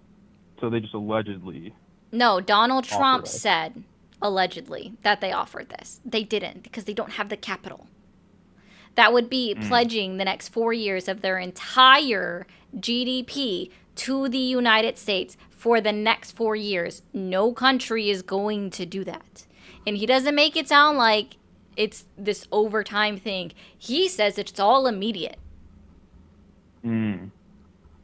Okay. Yeah, he loves to say that he just got this blank check from them. That's not how this works. Yeah. Yeah, I mean, I think that's fair. Yeah, I think didn't wording happen. is a big thing, and because it didn't happen. Yeah. He hasn't Yeah, really and I think secured any wording's trade deals unless it's signed or in writing and signed. It's not. It's not a thing, man. Then we get it. Okay. I think I got really off topic. I kind of just want to. I mean, unless you do want the next caller, it doesn't really matter. Yeah, I am Bringing it gonna back move to the. on because I hope you get some additional education when it comes to tariffs specifically, and I don't mean that in a bad way. You just have a misunderstanding. I encourage you to look up the Smoot-Hawley Tariff Act because almost any time that we've instituted blanket tariffs throughout our country's history, we have hit an economic crises, whether it was a recession or an actual depression. So, but All right. have a good fair night, enough. man. You have a good rest of your night. You too. Yep. Thank you for calling the stream. Are you there? Yeah, hi. Hi, how old are you? I'm 37. Okay. Did you vote for Trump? I was on the brink of it. I did not vote this election. I was in a blue state. I knew that we most likely were going to pull it, but there was a time where I was very close to. Okay. Well, I do appreciate you, but I am just looking for Trump voters and that still support their vote. I just. Thank you for calling the stream. Thank you for calling the stream. Are you there? Yeah, how are you? I'm good. How old are you? I'm 21. Did you vote for Trump? Yes, I did. Do you still support him? Of course. What's your main reason why? Well, I have a lot of reasons, but Just start with I'm one, sure please. Yeah, yeah, I know. And I'm sure that you want to get on with lots of other callers, so I'll try to keep this concise. I know the last guy kind of drew it on, but yeah, no, I think that Trump is a very strong leader, and I think that when you're going on the world stage and making deals with other leaders and trying to negotiate things and do get investments or whatever else it is, I think it's very important to uphold a strong image, especially with a country like ours that's so prestigious.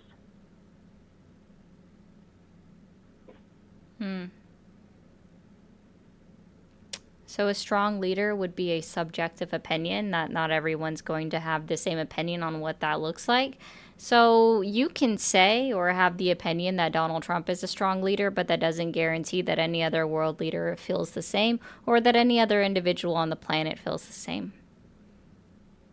Yeah, well, I mean, comparing him to Kamala or especially Biden, I mean, like, Kamala, like, Just say Harris. We address all of their politicians by their last name. I feel like we should just do the same across the board. If you want me to, yeah. I mean, I haven't really heard anyone call her that, but Yeah, I literally only say Harris, so. All right. I mean, if you want, but yeah, Harris. She's doing interviews, and they need to edit out the interviews before they upload them because she messes up so much.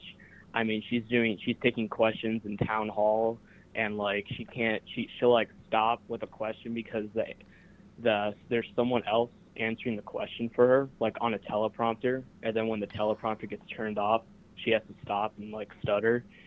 And I mean, Biden's falling off bikes. I'm going to give you a hint to everybody. This is for everybody that's listening, including the 700 people that are on the red app. Sorry, I can't say names because TikTok is sensitive AF. But you shouldn't ever degrade somebody for having a stutter because that is called a speech impediment, and it is quite rude to do that because it is a disability. No. It wasn't because of the speech impediment. I'm telling you right now, you shouldn't mock or blame somebody for having a stutter because it is considered a speech impediment. I wasn't mocking any. You were. You literally did, sir. And I'm just trying to curb you on your ableist comments. I wasn't stuttering. No, I'm not saying you were stuttering. I'm saying that you were mocking somebody for having a stutter when you bring it up the way that you did. So all I'm doing is asking you to no longer or take that away from your idea of an insult of any individual that may have a stutter. Stutters come out for people for many different things. And if you want to talk about somebody losing their train of thought, you can look directly at Donald Trump. Can you remind me what his answer was when a reporter asked him how is he going to combat the rising cost of childcare? Yeah, can you remind me what I can't say that. What Harris's answer was when she was asked the same thing? And about the stutter thing, I wasn't trying to mock her. Okay, Okay, got it. So I'll just remind everybody what Donald Trump did. He said childcare is childcare, and then continued to move on from that just to talk about tariffs. When he was at the presidential debate and he was asked very direct questions, all he could do was switch right over to immigration. When he goes out on his campaign rallies, like obviously 2024 and beforehand, he said that we had airports in the Revolutionary War. We didn't have airports in the Revolutionary War. Airplanes weren't even invented for almost 150 years later. He also talked about Hannibal Lecter being a real person, the late, great Hannibal Lecter. He went up on stage and spent about 5 minutes talking about another man's size of his phallus. And then proceeded to, when the microphone went out on stage, he proceeded, because he couldn't hear anymore, to make motions like he was giving the empty mic stand fellatio. You want to talk about somebody making a fool of themselves. You don't get to hold that tune for the party that you disagree with and then not hold your president, the person that you voted for, to the exact same standards, because for every one that you can give me, I can give you the same thing back for Donald Trump. I don't disagree with you that both Kamala Harris and Joe Biden had mistakes that they made when they were on stage, in an interview, in a town hall. They had slip-ups. 100% they had slip-ups. There is absolutely no denying that. But if you can't say the same thing and acknowledge every single slip-up that Donald Trump says, and you can't say that that's also not word salad when you go on talking about tariffs and not addressing childcare in any way, shape, or form, then no, sir. You don't get to hold that tune about any other politician, especially when I'm specifically talking to you and asking you about why you still actively support Donald Trump and not why you voted for him. You can use all of that as an excuse for why you voted for Donald Trump, but not for why you actively support Donald Trump. And when it comes to you trying to talk about somebody not being a good leader because of your personal experience of watching them, that's a subjective opinion. So that's just your thoughts and vibes. I'm asking about why you still actively support Donald Trump. And if your opinion is just because of your thoughts and vibes on how he speaks and how he's potentially perceived on the world stage, then I have no reason to engage with you because you haven't done enough research to actually see what's occurring as that has happened since Donald Trump has been inaugurated as president of the United States. Yeah, so you were just It's a good question, Fish. Sorry? So you were just talking for like 4 minutes, and I didn't interrupt you. So, you make all these claims about things I said, which I didn't say. And I just asked that you actually let me finish my claim before you just, cut me off. Because I'm like, why are we even having... I also know that you can't tell time because I wasn't talking for 4 minutes. I'm also aware that you're just really hung up that I gave you any kind of slights, even though it wasn't. All I did was just ask you to correct your language, and I want you to go and look up to find the name of any politician that has never stuttered in their entire life while speaking on stage, even just once in their history. Thank you for calling the stream. Are you there? Hello? Okay, I'll just read this. Hannah said, my tummy hurts, and I'm not sure it's because of this caller or the Subway tuna sandwich. Both are likely equal. Don't eat Subway tuna, I guess. I don't eat tuna anyways, so I don't have that problem. Thank you for calling the stream. Are you there? Yeah. Hi, how old are you? 25. 25? Yeah. Okay. Did you vote for Trump? No, I haven't voted for anybody. Okay. Well, you have a good one then. Thank you for calling the stream. Are you there? Hi. Hi, how old What's are going you? on? I am 26. Okay. Did you vote for Trump? Yeah. Do you still support him? It depends on the issue, really. What really motivated me to vote for him was how. I don't care about why you voted for him. I'm just asking if One you... more, sorry. Sorry, One more time? I don't care about why anybody voted for Donald Trump because we are now 8 months into the presidency.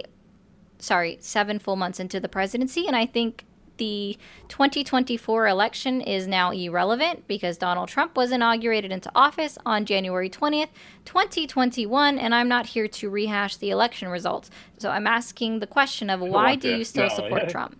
No, there's just no reason to.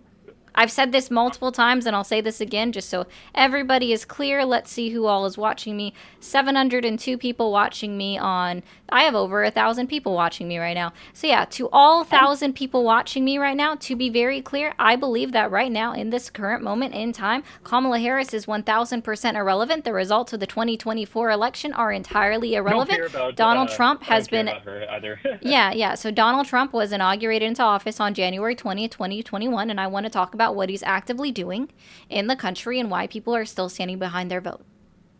Well, the thing is, I mean, for the issues that I want, I haven't seen, like, let's say, like, the primary reason why I voted for him was because of the 2025, guys. Yeah, I said the wrong one. Sorry, I said the wrong year. Go ahead. No, everyone's correcting me because I said 2021 and I meant to say 2025. Thank you, guys. It's okay. You should be president. How dare you slip up your tongue? I'm just kidding. Yeah. But I just wanted to explain the reason why I wanted to vote for them in the first place was because of the reckless engagement of unoccupied minors that showed up at the border during Joe Biden's presidency. I'm specifically talking about the report given to us by the Office of Inspector General at the U.S. Department of Homeland Security. You know what I'm talking about? No, what's the title of it? It is called Management Alert. ICE cannot monitor all unoccupied migrant children released from DHS and U.S. Department of Health and Human Services custody. Or just look up, like, Biden administration loses 300,000 children, something like that, because, like, 290, or they can't keep track of them, I should say. I'm so tired of... Yeah, this has been debunked a long time. So what it is that the minors were given into care of other individuals. Those individuals were given a cell phone.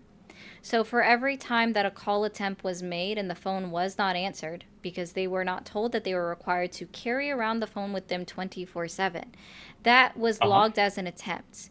And so what, unfortunately, the media did is they took the fact that there was over 300,000 attempts to reach individuals that were caring for the unaccompanied minors.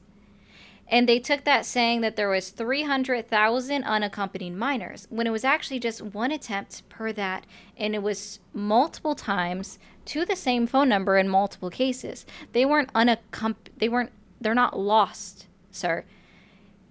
And the report didn't take into account... The report didn't take into account when afterwards they wouldn't erase the numbers of the number of call attempts after the individual answered the phone. Okay. The problem with that is, why would that ever be acceptable for someone who's supposed to be taking care of a child to not pick up? Because these people are supposed to be served in NATs by ICE. Do you have your phone on you everywhere you go? No, but you should be able to. Do you have your phone on you when you take a shower? Well, hold on. What about the times when you've left your phone at home because you forgot it and you had to go back to it? Listen, are you able to answer your phone while you're working? Ma'am, you do not understand the point. No. Let's say if my child, you're making a claim that they should be able to answer the phone regardless of what's going on, point blank, period. And we know that's not true. There are people, and guess what? They have been verified. They're not lost. This is how I know you haven't. They have only been vetted. All right, so this is how this works, right? So every single individual, right, is not always able to answer the phone regardless of circumstances. That's just how it works, right? They're not always always able to answer the phone. There are jobs that don't allow people to carry phones with them out onto the floor. They don't allow them to come into work, very similar to how some phones are not allowed in classrooms, right? For kids that are in school. These are all things. There are many reasons for why somebody missed a phone call. Many, many, many reasons, which is why I said at the very start that this has already been debunked. This claim is old. It's tired. This claim is from 2022, put out by the mass media, the mainstream media saying all of this, and it's been debunked 6 ways to Sunday. I'm sorry that you haven't even looked at anything to even verify your claim past a memo that was put out, past Fox News propaganda, past whatever other news media resource that you use in order to find it. Like, I personally don't answer the phone.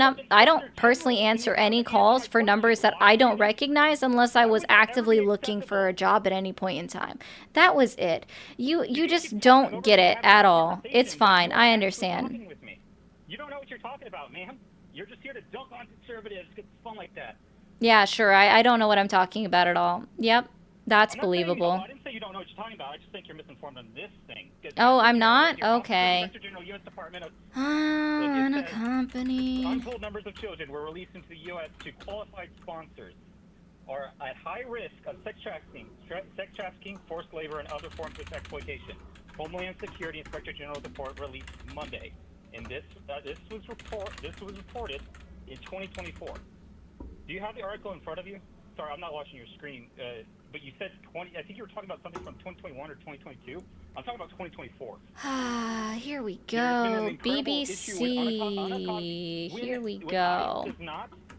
All right. BBC. Are there 300,000 migrant children missing in the U.S.? November 26, 2024.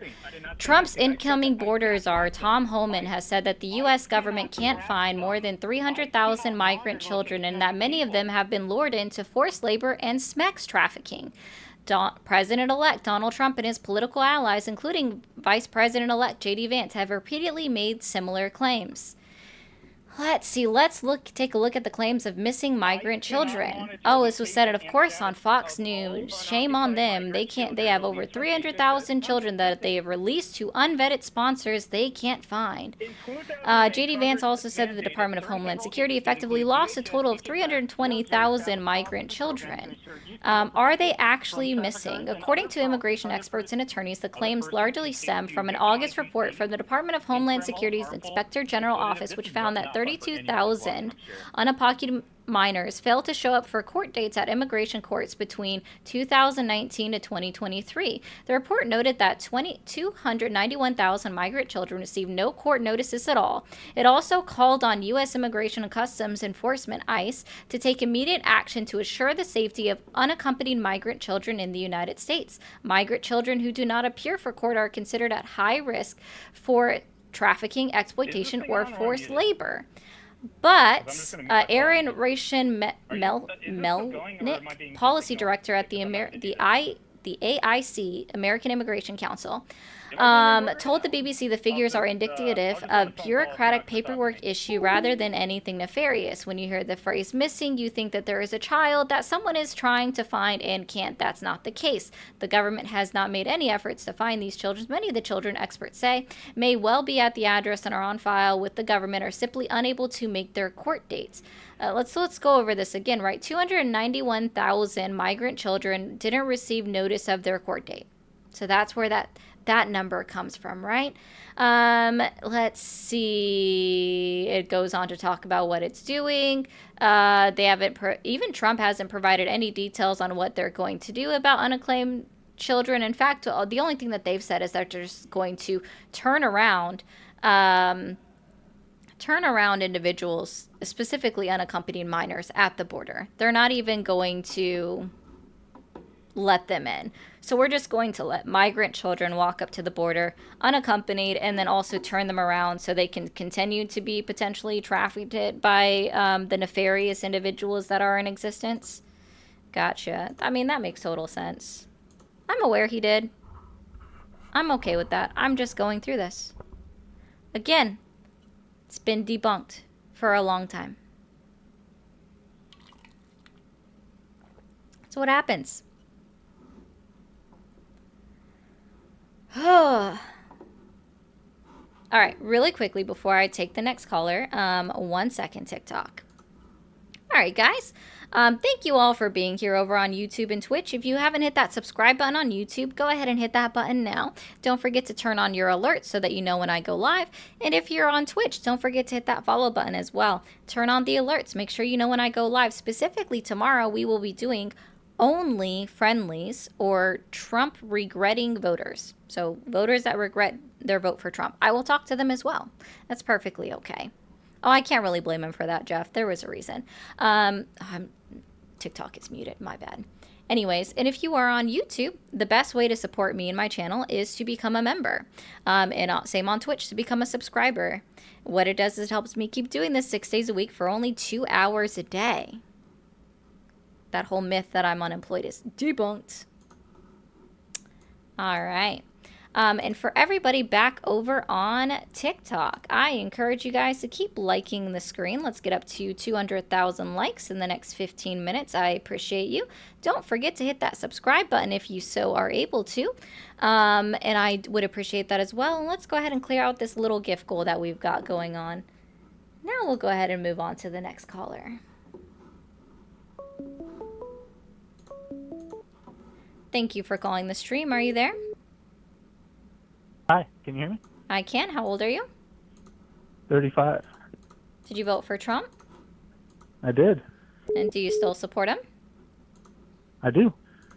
Okay. What's your main reason why? All right. Main reason why is that he's a competent leader, and he's able to surround himself with people who he can trust to fill all of the kind of roles that are needed in running a government like this, because he has a lot of experience from running businesses and from a first term that, you know, kind of had everybody against him.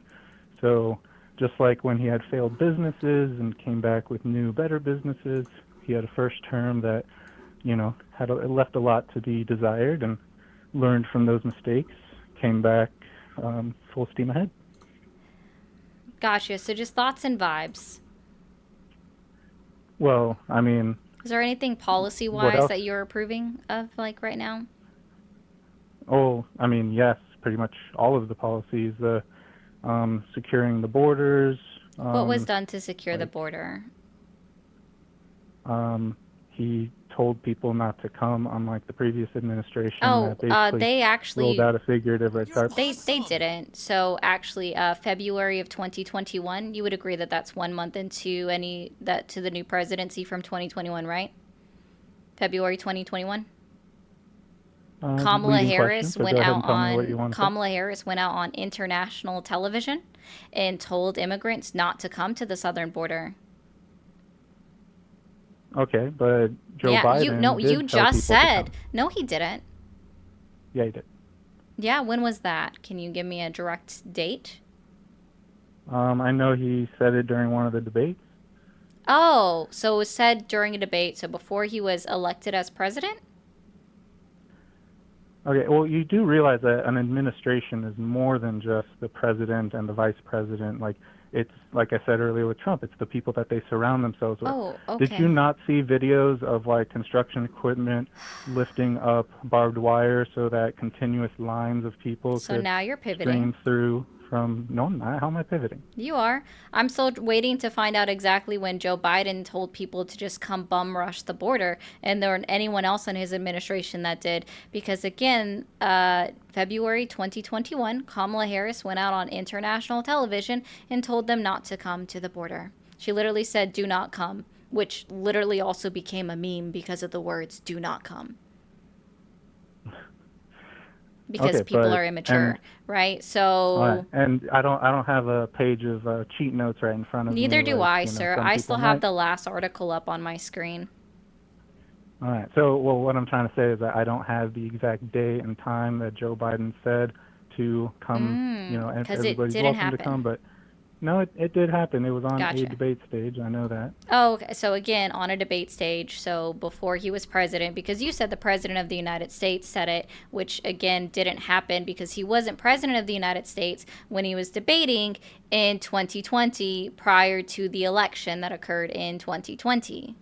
Got it. Okay, but Words a are man important. said it, and then he became president, so he was the president. And, words, especially when recorded and viewable and spread around the world, can, Yeah, come back so here's around what months I later believe. when Like, you're not. I won't disagree with you that the public media played a huge role in the fact that we saw an increase of immigration at the southern border. It absolutely played a huge role. Part of that was because all media, it wasn't just Fox News, it was also CNN and other ones like MSNBC and everything else were saying that the border was wide open, and that perpetuated the issue, right? But the fact is we have no policy, nothing in writing that says that the border was open. We see no policy that was enacted under Biden's administration that said that they were just letting everybody in willy-nilly, right? Nothing says that. And even today, we don't see anything that made any effective changes at the southern border to cause the decrease of encounters that we see at the southern border now. Nothing has changed. The rules are still the same. Now as they were in the last 4 years for ICE and CBP, DHS to all follow with their rules and procedures. Everything's still the same. There has been nothing else done to do it. The only extra thing that we've done now, which still doesn't even start until October 1st, is increase the hiring for ICE, which isn't Customs and Border Protection, by the way. ICE is the people that detain them when they're over 100 miles from the southern border or even the northern border. They're just the ones that pick them up and arrest them. They have a little bit of money to increase hiring for Customs and Border Protection, but it's not as much as ICE, right? So Right, there's but been nothing, there's been no policy under the Trump administration that can ever be pointed to that says the border is somehow shut down. Similar enough, there is no policy that can be pointed to under the Biden administration that says the border was wide open. Well, that's exactly the point. There's no new policy. The difference is how it's being enforced. Biden And how is did it not being enforce enforced the differently? border. Can you Trump is now enforcing Can the you border. iterate to me in very specific terms what's so different about the enforcement? Like, what specifically changed? Like taking action. So Like before, what? if a Can truck you? with I need you 40 to iterate immigrants it. in the back Use came your across words. the border, nobody would. I'm using my words. Before, when people would come across the border, they would. Well, I mean, under Biden, they would basically send a whole bunch of people to one spot of the border so that all of the agents would go pick up those people, give them cell phones, give them like plane tickets to other parts of the country, and then while all of the agents were distracted over there, on the other side, like on another part of the border, they would bring in all the drugs and everything like that, all without being seen, without being stopped. Now they're not doing that. They're checking the whole border. When cars come across filled with 40 or 60 people cramped in like terrible conditions in a tiny car, they're pulling those people over. They're stopping them. They're sending them back. It's no new policy. Do you remember when Biden was like, I want this new border policy, but Trump is telling everyone not to vote for it. Trump is bad. We need this new policy to make changes on the border. That policy did not pass. As you stated, no policy has passed, and yet now we're enforcing the border. There's not been as many border crossings. Everything's doing much better now. Hey, can you tell me when you go to CBP's website and you go to specifically just to the southwest border, can you tell me what it is that they keep track of on their website?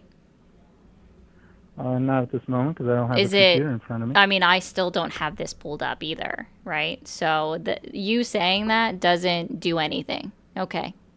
Especially when you literally have a supercomputer in your hands that you're talking to me on. Cool. Anyways. Well, right, but it's pressed against my face, being used for another purpose. Invest in Bluetooth headphones. Anyways. All right. I mean, would you like me to Anyways, kind of say so more? what the southwest border, right? So CBP keeps track of is encounters. They don't keep track of border crossings. So from the start, you're already inherently wrong, okay? No, they don't keep track of crossings anywhere. And according to CBP's own definition of an encounter, it's people that are caught while trying to cross the border by illegal means. So when we actually see that encounters were up, that shows and proves that CBP was actually doing their job at the southwest border and stopping all of these individuals and attempting to cross the border. Anybody that was let in afterwards, after being met by CBP, means that they were fully vetted, had permission to be inside the United States of America, because that's also the only way that you can get any kind of state funding, especially in the state of New York, that everybody loves to claim about these EBT cards, is that you have to be a documented immigrant in order to receive funding. So are you saying that we don't have an undocumented immigrant crisis going on in this country? There are Or you're just certainly saying that it hasn't undocumented changed? immigrants within the United States of America. I'm saying that this crisis is not as blown out of proportion as it was made out to be, because it's not that big of a crisis. We have had about the same number of illegal immigrants in this country for the last 40 years. It's always been about 11 million. I think the lowest point that it ever saw was 8 million. And that was under Obama's time, right? And even then we saw an uptick of illegal immigration population. During Obama's time, while he was actively deporting people, we saw an uptick of illegal immigration under Trump's time, while he was actively deporting people. And that was actually by 1.1 million people during Trump's time, his first 4 years in office.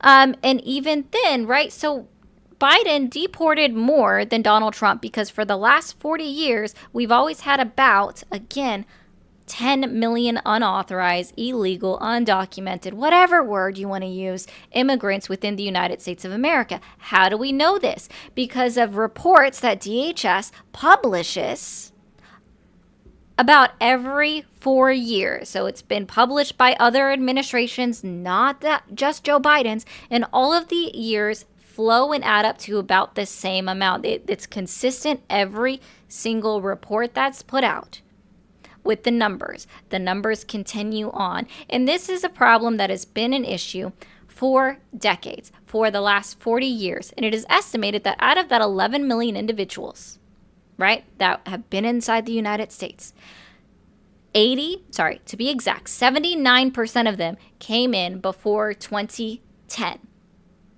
This is not a new issue. This is an existing issue that has always existed.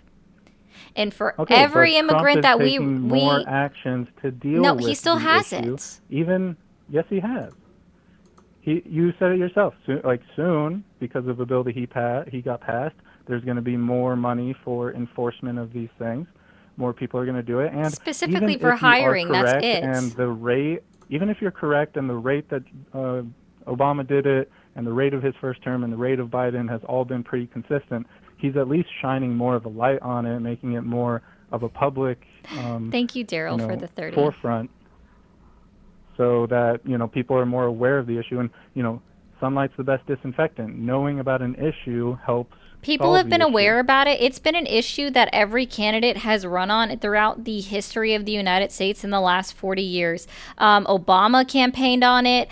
Fucking Hillary Clinton campaigned on it. This isn't anything new. It wasn't just Donald Trump. You guys just took him, ran with it. John McCain campaigned on it. Mitt Romney campaigned on it, slightly disingenuously considering that Obama was called the deporter-in-chief, right? Even Donald Trump campaigning on the border in 2015 was disingenuous when he also is one that contributed to Obama being called the deporter-in-chief, right? Fucking Bush campaigned on the border. Al Gore campaigned on the border. Every single president in the last, we could just say our current lifetime, the last 25 years, campaigned on the border being an issue. It's Okay, not but anything new. It's just you guys remember him because he likes to go out on television. That's the difference. It's because he is a what's the word? A reality star first. And so he always all of goes the out on protests television. that That's are- why you remember him. Protests happened under all of the Obama's protests that are presidency. happening at the ICE facilities, were those happening before? Do those Protests happened under Obama's presidency. Obama's At administration ICE was facilities? sued. Yes.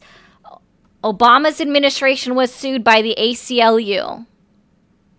This is not new. You guys just don't do research. You don't look into anything. You only remember the last 5 seconds. You don't remember anything prior to Donald Trump being in office, apparently. And I don't mean this specifically against you. This is a generalized statement, and I'm sorry for the generalized statement. But it's completely untrue to say that this stuff is all brand new. Okay? There were protests under Obama. There were lawsuits against Obama's administration because of how he performed the deportations. There were protests under Bush. There were lawsuits against Bush. There's been lawsuits and protests against every president in history that has done deportations because of the way that they've done it and people questioning it and the efficacy of it. This is nothing new. Just Donald Trump gets in front of television and talks loudly because he is a reality TV star. The only thing he knows how to do is stand in front of a camera and yap. Yeah, but he doesn't say that he wants amnesty for all of these illegal aliens. He says that he wants to get them out of the country and only let legal immigrants stay. And that's more than I can say. Except for he's anyone in the deporting legal Democratic Party immigrants right now. now. He's not just focusing on illegal immigrants. Are you talking about like random cases like Kilmar Brega Nope. or whatever? What do you? He literally, him and his State Department literally revoked the status of 530,000 legal immigrants so that they could deport them. He is actively picking up people on their way to their court dates or leaving the courthouse, their immigration court proceeding, because that's where he can find them. He's not just focusing on illegal or undocumented immigrants. He's going after the people where he knows where he can find them, which are legal migrants. Why do you think he's asking for information from the IRS to obtain the data on all of the immigrants that pay taxes because they have an ITIN? Because he can't find them. So he's going after the ones that are here and have paperwork and have documented status because they have paperwork and the government knows where they are. He's actively going after legal immigrants. He's not just going after illegal immigrants. Yeah, but you're talking about, when you say legal immigrants, you mean basically what would have been illegal immigrants, except a previous administration was like, here's a piece of paper, show up at a court in 7 years, and you probably won't show up, and we won't. It's not really just care asylum if you don't show up. seekers. There are, can you tell me the different kinds of ways that you can have legal status? What are those called? Please enlighten me. Okay. So you don't know. Not off the top of my head. Okay. So you have visa holders, and there's multiple different kinds of visas, so we're just going to lump it on one. Okay? This includes any fiance visas. You have green card holders. You have asylum seekers. You have refugee. You have parolee. And then you have temporary protective status. All of these, all 6 of these, are all different legal statuses that are able to be obtained within the United States of America. Point blank, temporary period. status, right there in the word temporary, I'm pretty sure that started a long time ago from what I've heard, and it seems like nobody's taking that temporary away, because, I mean, I don't know if you've noticed, usually with the government, when you give them the power to do something, they don't usually like to give it back. And then when it comes to visas, visas aren't permanent. You were talking earlier about how he shows up at courts for them to come to their court date. it seems like you're under the impression that just them going to court should mean automatically then they get to keep their legal status. Not even what I said. Now, there wouldn't be a That's not even I'm what kind I of said. implying, 'cause It's I not know even that's what not I you said. What I'm saying implied. is, I was specifically talking about you want people to come here the legal way, the right way, and that's what Donald Trump is focusing on, the people that didn't. When he's picking up people that are going through the legal process, the legal steps in order to become a United States citizen, that he's picking them up. So that directly contradicts your own going claim. Through that It status doesn't. is not a guarantee that you will become a citizen. Going through that status, I got it. So you actually don't care about any kind of a immigration point blank period. You're making a claim saying that you care about illegal immigrants and that everybody should come over here the right way, but you actually don't even care about legal migrants because they all should be picked up, because even regardless of just because they're going to court, that doesn't mean that they get to have citizenship at the end of the day. So exactly, you just don't like immigration. You don't like immigrants, period. And that's the whole thing, right? That's your whole thing. You think that the United States country should be shut down. Be 100%. It's not even 100%. You don't even know it. 67% of all asylum claims are immediately rejected when they have their fear hearing. So that's when they first sit down with CBP and they're asked basic questions. 67% are immediately rejected. That is not 100% in any way, shape, or form. You don't know math. I never. Bro. I'm tired of people that want to make claims and then they don't know actually what they're saying. It is annoying. It is so annoying.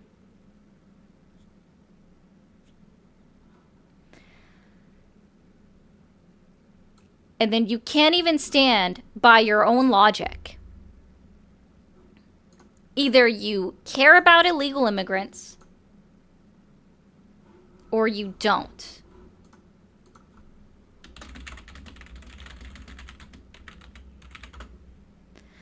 Like, either you want people to come here the right way or you want zero immigration, period.